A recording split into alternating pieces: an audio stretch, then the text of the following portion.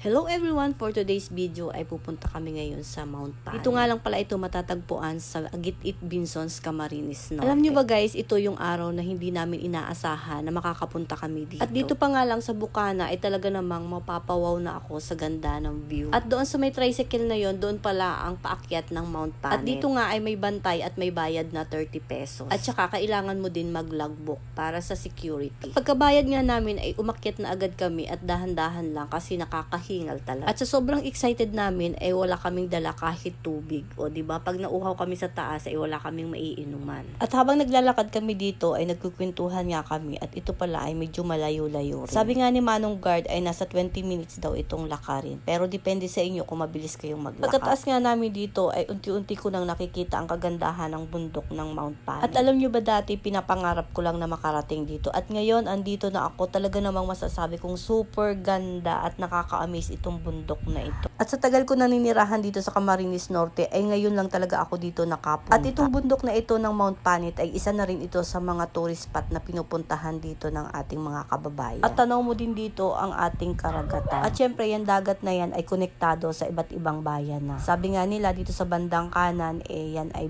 party ng Binzons. At dun sa parting kaliwa naman, party yan ng Paracali. So, napakaganda talaga ng view. Isa pang nakakaganda dito ay yung iba't ibang kulay nung damo. So, may nagpipinkish, may nag-green, may nag-yellow. So, talaga namang nakaka-amaze yung kulay. At sa mga kaibigan ko na hindi pa nakakarating dito, hayaan nyo at ipapasyal ko kayo dito. Lalo na ngayon at alam ko na kung paano pumunta dito. At syempre, may free service pa, aba naman. Sa mga oras na yan ay hindi naman kami nagtagal. Siguro inabot lang kami ng 1 hour mahigit. Tapos bumaba na rin kami. Tamang picture, chill-chill lang at nakarating kami dito. So, nakapag-relax kami ng kaunting oras. At siguro sa mga darating na panahon, meron na din ditong mga volleyball sa gilid ng dagat na yan. Na talaga namang magkokonekta sa iba't ibang bayan para mas mabilis makapunta dito. At talaga namang wala akong ibang masabi sa lugar na ito kung hindi puro maganda, nakaka-amaze, nakaka-relax. So, yun lang guys at maraming salamat po sa inyong panonood.